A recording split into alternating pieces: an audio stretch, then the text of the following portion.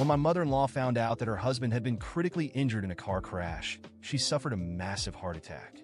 The only one who could save her was my wife, the heart surgeon. I frantically called her, but her ex-boyfriend answered. "Emily's tied up right now. What's the urgency?" He said. Desperate, I shouted. "Put Emily on the line now." Irritated, my wife responded. "Can you chill? I've been slammed all day. Can I catch a break and have a drink in peace?" She hung up abruptly. I tried calling back, but her phone was off. An hour later, both my mother-in-law and her husband had passed away. Her situation was critical. My wife's coworker spotted me dazed outside the emergency room and yelled, "What are you waiting for?" Torn because of the husband's condition post-crash, I felt stretched too thin. I had already tried calling, but got no answer. I was a bundle of nerves, constantly redialing her number. Finally, it connected. "Emily, get over to the hospital now. Both your mom and dad. They're fading fast." The call was cut off. I tried again, but her phone was now off. Overwhelmed with anger and worry, I punched the wall in the hallway. They had always treated me like family. There was no way I could just let go. When the ER doctor finally emerged, I quickly briefed him on the situation and asked him to keep me posted. I then rushed off to find Emily. I remember Emily once mentioned her ex, Matt, who lived close by in Harmony Gardens. On my drive there, anxiety almost had me crashing into the car ahead several times. Upon reaching the complex, I immediately saw them exiting a convenience store. Matt was carrying takeout and beers while Emily walked beside him, both of them giggling like they were on a first date. When a delivery bike whizzed by, Matt instinctively wrapped his arm around Emily, murmuring, "Careful there." Emily giggled, looking down shyly. My heart sank, but I had no time to dwell on jealousy. "Emily, thank God I found you." I rushed towards her. Her smile vanished, her brows knitted. "Steve, what's this about? Are you tracking me now?" I had no time to waste. I grabbed her hand firmly. "We need to go now." She pulled her hand back sharply. Her expression hardened. "Why are you being so dark? Don't make up terrible things about my parents." I understood her disbelief, given the sudden news. With no time to spare, I got straight to the point. "Your dad's been in an accident, and your mom had a heart attack from the shock. We need to move now." I was just on the phone with Dad. "He's fine, just playing chess at the neighbors." "How could he be in an accident? Mom's checkup was clear last week. No way she had a heart attack. You've got to do better than that if you're lying." She looked at me like I was out of my mind. "I'm not lying. Please just trust me." As I spoke, Matt moved to protect her, as if I might snatch her away. "Steve, why go to such lengths?" Emily wanted to chill with me. "Why drop such harsh words about her folks?" Before I could clarify, he added, "They love you like a son, and you repay them with this? Man, that's low. Even I'm losing respect for you now." He took Emily's hand, pulling her away. "I'm out of patience. Get back home already." Emily dismissed me with a wave. She looked cold and dismissive, as if I were nothing more than an annoyance. At that moment, all I could focus on was getting her to the hospital. The doc had warned that her dad might not pull through, and Emily was the only hope for her mom. My ego was totally irrelevant right now. I bolted over to stop Emily, desperation cracking my voice. "I swear I'm not lying. Your mom and dad are in deep trouble. Please just come with me." She looked skeptical, so I pulled out my phone with trembling hands. "Don't believe me? I'll call your colleague right this second." Emily's eyes sparked with anger. If it were true, I would have heard by now. I wanted to explain that her phone was off. How could anyone reach her? But before I could speak up, Matt interjected. He scoffed. "Run out of tall tales, have you? Look, I know you're green with envy because Emily's here with me. We're just buddies, dude. You don't need to go all Psycho X on us. Come on, be a bigger man. Playing dirty with her folks' lives? That's just vile." He stood there, arms crossed, looking down his nose at me, as if he had the moral high ground. But he was the last person to preach. Mind your own business. Anger bubbled over, and I lost all pretense of calm. A reasonable guy would have zipped it by now. But Matt? No chance. He turned to Emily, putting on a victim's face. "See, Emily? I was spot on about him." Emily's face turned stormy. "What's with you? Why can't you just back off? I just wanted to unwind with Matt. And you're making a mountain out of a molehill. I've been slammed at work, finally got a break, and I can't chill with a friend? Ever heard of giving space? Matt's just being decent, and you're treating him like trash. Is this how you treat people?" She was all up in my face, her finger nearly poking my nose. I didn't have time to argue, not with her parents hanging by a thread. I pushed down the rising turmoil inside. Sweating, I wiped my brow and pleaded in a low voice. "They're in the ER. Your parents? Are you really going to ignore them for a drink? Emily paused, seeming to catch the sincerity in my voice. Emily, look, it's our old school friends. Matt pointed excitedly at a nearby restaurant through the large glass windows. A couple inside noticed them and waved. What are the odds? Haven't seen them in ages. Let's catch up. Emily started to leave, but I grabbed her desperate. We're running out of time. Your parents are waiting for you. You're their only kid. Don't miss saying goodbye to your dad. Don't just watch your mom pass away. Matt was relentless, his tone icy. Steve, you done with your drama? Enough already. He started pulling Emily away. She chose him. The thought of them potentially dying alone crushed me. Tears flooded my eyes, and I dropped to my knees. Emily, if I'm lying, let the sky fall on me. Emily paused, clearly torn. Steve, can you ever just let it go? Emily had always been patient, avoiding fights with you. Why can't you let her have some downtime with friends? Does her life have to be all about work and dealing with you? Matt was visibly agitated, acting like I was the villain of the century. His look of disgust was plain as day. He took a deep breath and then said with a shaky voice, Maybe you should just go with him, Emily. I'll smooth things over with our friends. After all, a husband matters more than friends, right? Without another word, he headed towards the restaurant across the street, not looking back. His tactic worked like a charm. Emily dropped everything and ran after him. As she stormed off, she threw a fierce warning over her shoulder. Not next time. You dare curse my parents, and we're through. No matter how loudly I called after her, she wouldn't stop. How could such wonderful parents have raised someone so cold and stubborn? A simple phone call could confirm the truth, yet she stubbornly refused to make it. Torn between her parents and her first love, her heart had long since tipped towards him, and there was no looking back. How could she be so sure I was lying? After all our years together, didn't she trust me at all? The doctor called in a panic. Charles and Margaret are fading fast. Why aren't you here yet? I raced to the car, speeding back to the hospital. Charles didn't make it. He was gone by the time I arrived. Holding back tears, I went to see Margaret. The life support was off. She lay there, gasping for her last breaths, silently waiting. Hearing my footsteps, she slowly turned her head. When she realized I was alone, the faint light in her eyes flickered out. Where's Emily? I couldn't bear to look into her eyes, my hands shaking as I held hers. If I had known I couldn't bring Emily back, I wouldn't have left. I could have been there for them a little longer. I couldn't tell her that Charles was gone, nor could I say that her beloved daughter was out drinking and laughing with her old flame. Mom, Emily's tied up with a patient and couldn't break away. That's a doctor's duty. I don't blame her. Emily had always excelled, from grade school through to a combined undergrad and grad at a top medical school. Her parents' pride. Yet now I felt nothing but heartache. I hated that I couldn't bring Emily back, and I resented that she only listened to Matt. Steve, you've been a good son. I just wish I could see Emily one more time. Those were Margaret's last words in her final moments. All she wanted was to see her daughter, Emily. But where was Emily? She was reliving the good old days with her first love. I fought back tears, but they came anyway. I tried calling Emily again. No answer. Fighting through my grief, I took care of Charles and Margaret's final arrangements. They had lived modestly and didn't want a big fuss, just a quiet farewell. I arranged for their cremation and had their ashes placed together. Life is fleeting. In an instant, 2 vibrant lives were gone. On my way home, I called Emily several more times. Still no answer. She hadn't gone to work and was still with Matt. Holding the urns, I sat on the living room sofa, haunted by memories of Charles and Margaret's warm smiles. Tears flowed freely once more. Later that afternoon, as I headed out to select their burial plots, I ran into Emily downstairs. She stepped out of Matt's car, their goodbye lingering, their eyes nearly melting into each other. Spotting me, Emily's smile vanished, replaced by a frosty expression. Where are you off to? I tried to bypass her, but she grabbed my arm fiercely. Noticing the black armband I wore, she asked, puzzled, "Why are you wearing that?" She grabbed my arm, staring directly at the black armband with a puzzled expression. "Why are you wearing that?"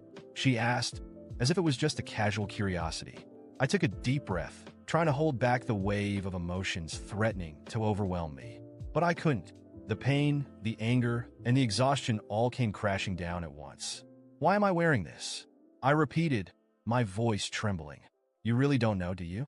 She let go of my arm, taking a step back, probably noticing the intensity in my eyes. "Steve, what are you talking about?" she asked defensively, as if she were the victim here.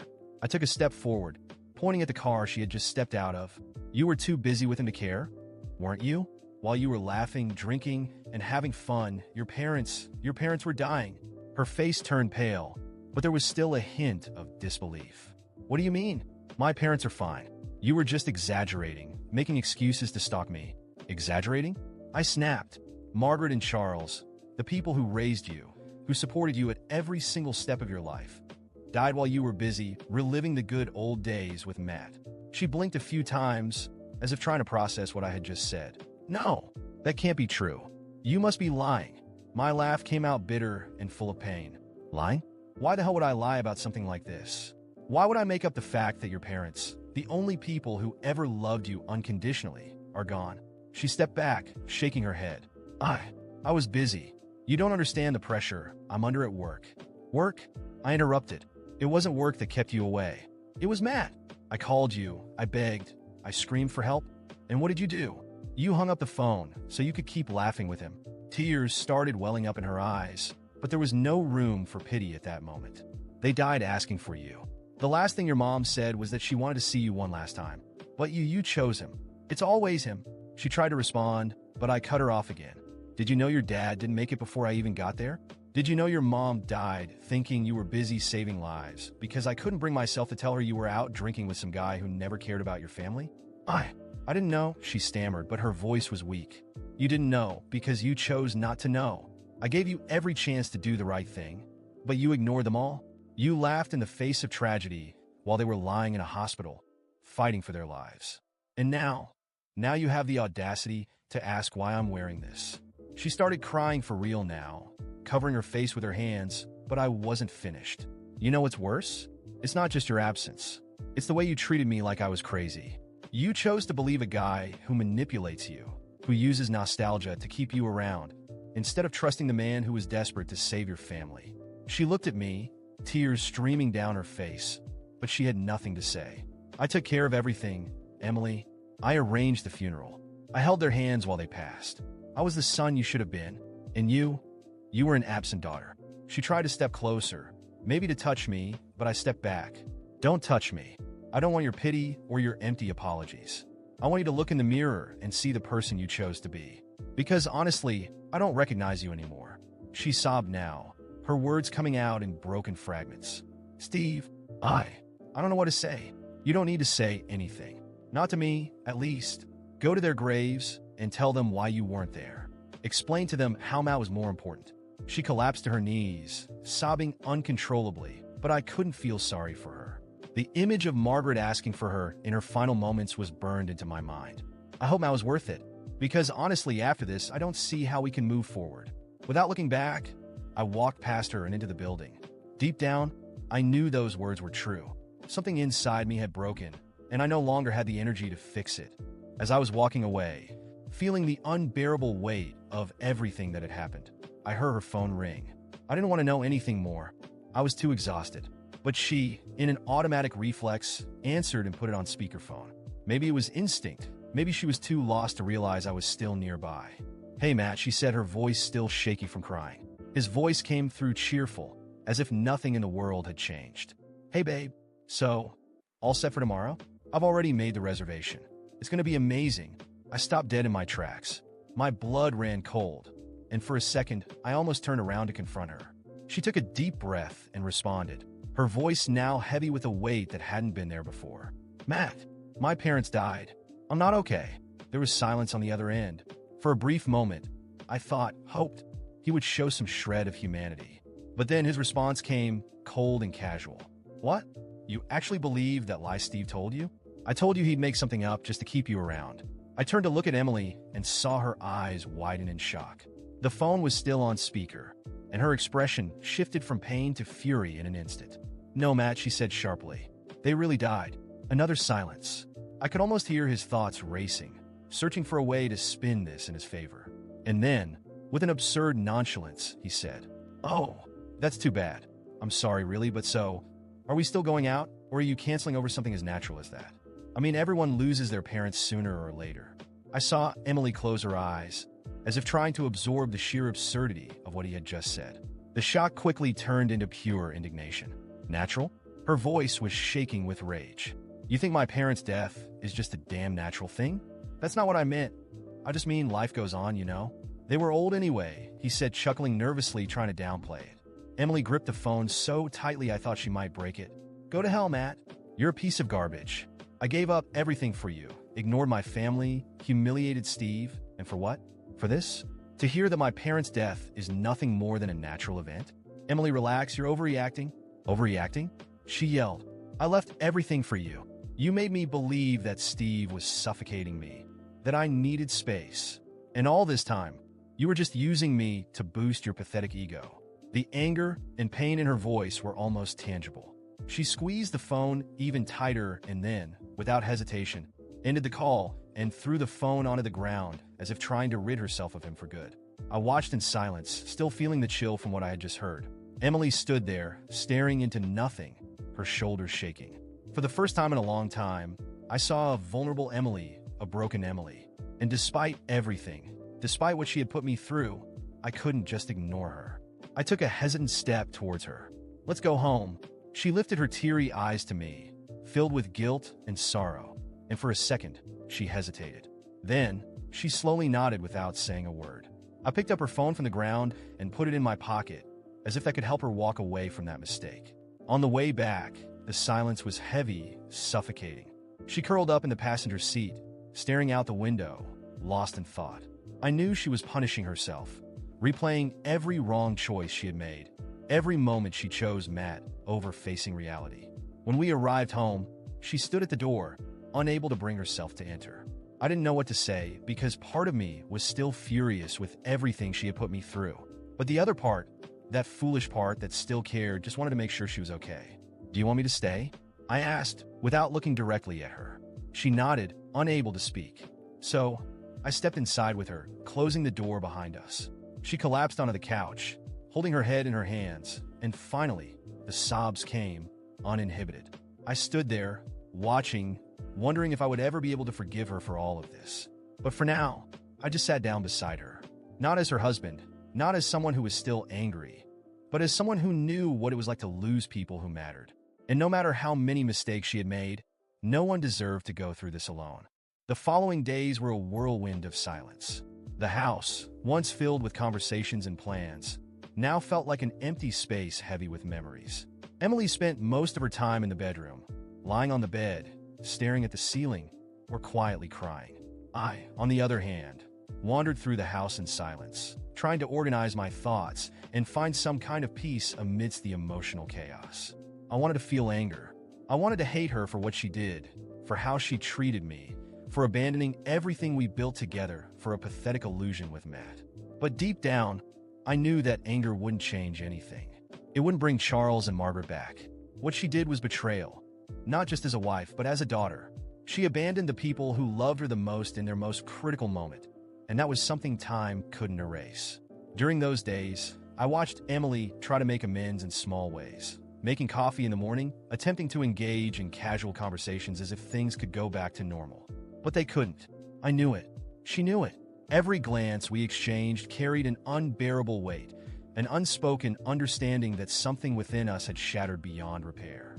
I knew I had to make a decision, and it wasn't just for myself. I had to do it because staying together after all this would be silent torture for both of us. One night, while I was packing away some of the boxes from the funeral, Emily walked into the living room and stood at the doorway, watching me with red, tired eyes. Steve, her voice was weak, hesitant. I stopped what I was doing, not looking up. I know, I said calmly before she could continue. We need to talk. She took a deep breath, nodding slowly as she walked over to sit on the couch. I remained standing for a moment, looking at her, trying to find the right words. Emily, I don't want to be cruel to you. I know you're hurting, and I don't want to make things harder. But what happened to all of this? I can't ignore it. She bit her lip, clutching her hands tightly. I know I hurt you, Steve. I was blind. I was selfish. It's not just that, I interrupted softly. You made a choice. You chose him. You chose that life. I tried, Emily. I tried reaching out to you in every possible way, and yet you treated me like I was just an obstacle in your life. She lowered her head, silent tears streaming down her face. I regret it so much. I sat down beside her, but I kept my distance. I believe you. I know you regret it, but it doesn't change the fact that I can't look at us the same way anymore. I can't forget what happened. I can't forget how you chose someone who clearly never cared about you while your parents were dying. She sobbed, covering her face with her hands. I don't know what to say. You don't have to say anything. I sighed. I've already decided. I want a divorce, Emily. Her head shot up quickly, as if she had expected to hear something else. But when she saw the firmness in my expression, she realized there was no going back. I understand, she murmured. You have every right to hate me. I shook my head. I don't hate you. That's why I'm trying to do this as peacefully as possible. You're grieving, and so am I. I don't want to make this harder than it already is. She sat in silence, staring at the floor, absorbing my words. What do I do now? She whispered. You take care of yourself, I said, standing up. You process all of this, learn from your mistakes, and move on. She nodded slowly, unable to meet my eyes. I never wanted this to happen, but it did, I said, walking toward the door. I'll sleep on the couch tonight. Tomorrow, we'll figure out the paperwork. Before leaving the room, I heard her shaky voice. Thank you for not hating me. I paused for a second, but didn't respond. I just walked out, knowing that was the best goodbye I could offer. In the following days, we handled the divorce paperwork with the same cold detachment necessary to close a chapter that was once full of love. There were no fights, no accusations, just two strangers dealing with the consequences of wrong choices. When I finally signed the papers, I felt a weight lift off my shoulders. For the first time in a long time, I took a deep breath without feeling a knot in my chest. Emily, on the other hand, seemed lost. There was nothing I could do for her now. We each had to fight our own battles. The day I left the house for the last time, she stood at the door, watching me go with eyes filled with regret. Take care of yourself, Emily, was all I could say before walking away. I didn't look back. I didn't need to. I knew that some things would never be the same again. But at least I was free to start over.